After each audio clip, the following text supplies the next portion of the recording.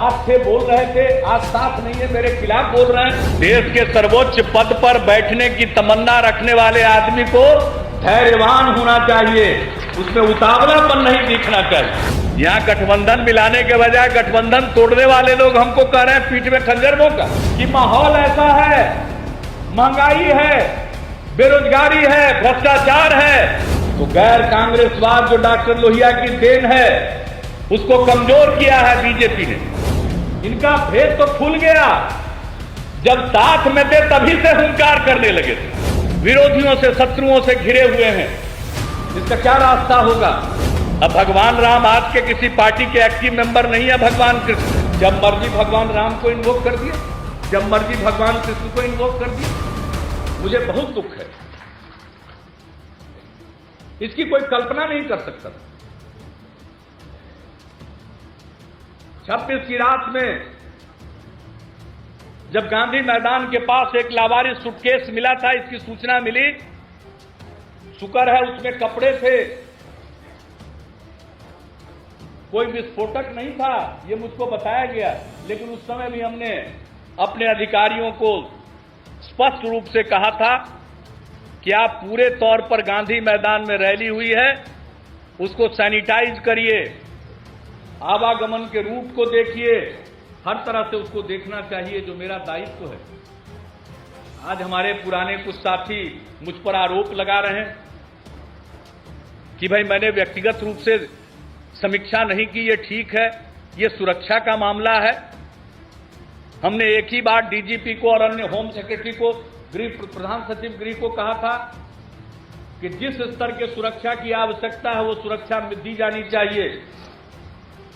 और ये लोग बड़ी रैली का आयोजन कर रहे हैं। बड़ी रैली के लिए जो सुरक्षा और अन्य इंतजामात होते हैं वो सारे इंतजामात किए जाएं, ये हमने निर्देश दे रखा था। रही बात मेरे व्यक्तिगत रूप से एक एक चीज को देखना, ऐसी तो कोई परंपरा रही नहीं है। लेकिन अगर वो चाहते थे कि हम व्यक्तिगत रूप से देखें तो क्या बुराई थी? वो व्यक्तिगत रूप से हमको कह भी देते कि आप ही व्यक्तिगत रूप से देखिए। आज घटना घट गई तो दोषारोपण जरूर है। उस समय खराब लग रहा था हमसे कहना। अरे राजनीति में लड़ाई होती है। कल आप मेरे बारे में क्या कहते थे और आज क्या कह रहे हैं वो सब रिकॉर्ड पर है। हम उन चीजों के चक्कर में नहीं रहते हैं। ठीक है, कल आप साथ थे बोल रहे थे, आज साथ नहीं है, मेरे खिलाफ बोल रहे हैं। कल मुझ में सभी गुण नजर आते थे, आज हम में सभी दोष नजर आते हैं। ये उनको मुबारक। हम तो गुण और दोष दोनों का वर्णन होशो हवास में और सोच समझ कर करते हैं, कोशिश करते हैं। लेकिन खैर हम भी देखते, हमें बड़ी चिंता। जैसे ही पहला ब्लास्ट स्टेशन पर हुआ, मुझे सूचना दी गई, हमने कहा कि भाई अरे सब तरफ देखिए।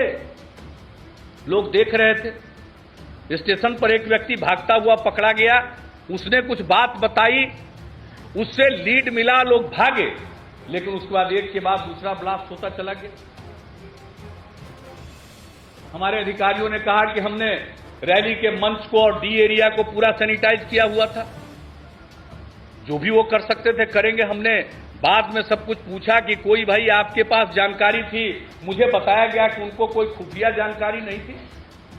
कल भी कुछ बयान आए हैं। मैंने डीजीपी को और गृह सचिव को संदेश भेजा कि भाई हमको तो कहा था कि कोई जानकारी नहीं है। अगर जानकारी थी या किस तरह की जानकारी थी, इसके बारे में पूरी जानकारी मीडिया के माध्यम से लोगों को दी जानी चाहिए।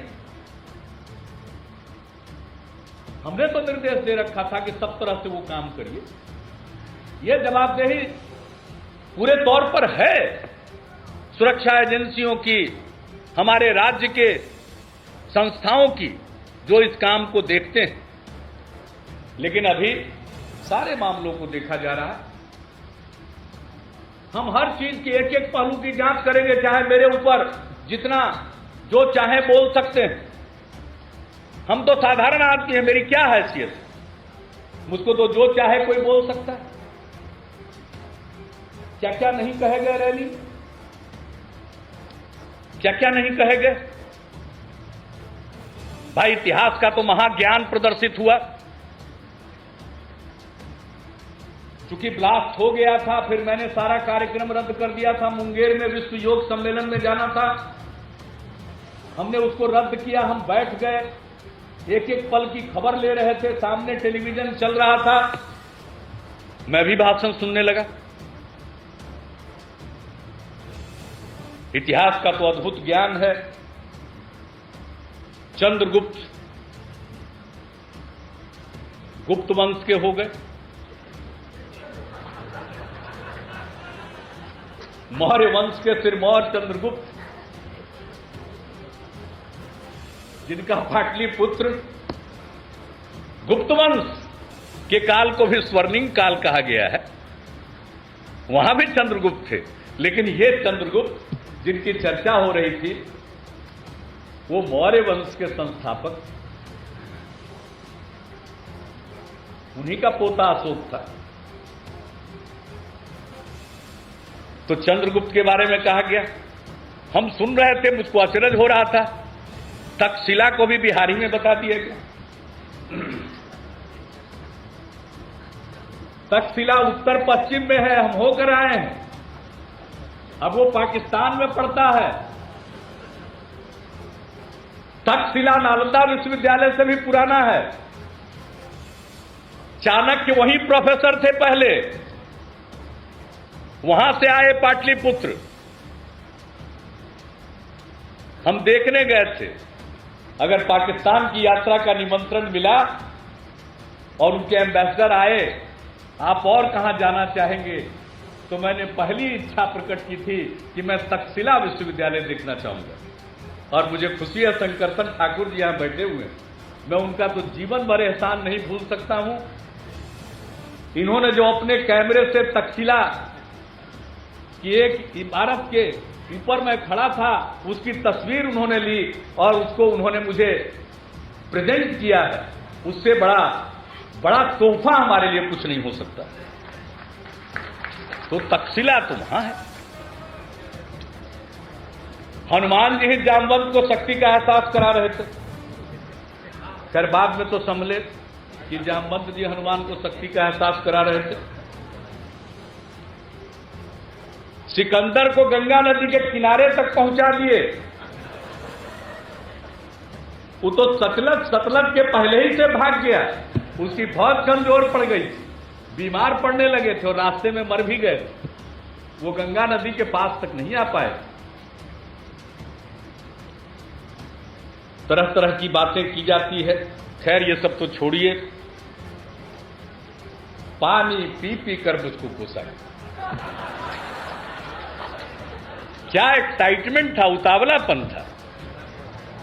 कितने बार पसीने पोछे जा रहे थे, इतना पसीना क्यों आ रहा था, किस बात का एक्साइटमेंट। देश के सर्वोच्च पद पर बैठने की तमन्ना रखने वाले आदमी को धैर्यवान होना चाहिए, उसमें उतावलापन नहीं दिखना चाहिए। विरोधियों की आलोचना की जानी चाहिए, लेकिन किस बात का, झूठ का सहारा लेकर के। गुजरात के एक भोज की बात उन्होंने कही, हम उनके गेस्ट नहीं थे। पटना घर में शादी थी, वो वहीं के रहने वाले, उनका आग्रह था कि हम भी आए, हम गए, हम भी गेस्ट थे, वे भी गेस्ट थे। दोनों को भट्ट साहब ने खिलाया था, ढोकला खिलाया, जो भी खिलाया उन्होंने खिलाया। हाँ एक बात मुझे याद है, जो वहां हमको जानकारी मिली थी, वो गुजरात के लोग आइसक्रीम बहुत खाते हैं और देश भर में जितने आइसक्रीम की खपत है उसका आधा गुजरात में खपत है, ये हम वही जाने। मीठा तो खाते हैं, लेकिन मीठा खाने का असर भी होना चाहिए। जुबान मीठी क्यों नहीं है? तीखी से तीखी बात मीठी जुबान से की जा सकती है, उसके लिए पानी पीने की जरूरत नहीं, पसीने पसीने होने की जरूरत नहीं। धैर्य रखिए। प्रधानमंत्री का पद इस देश के नेता का पद है, 120 करोड़ लोगों की रहनुमाई करने वाले आदमी को धैर्यवान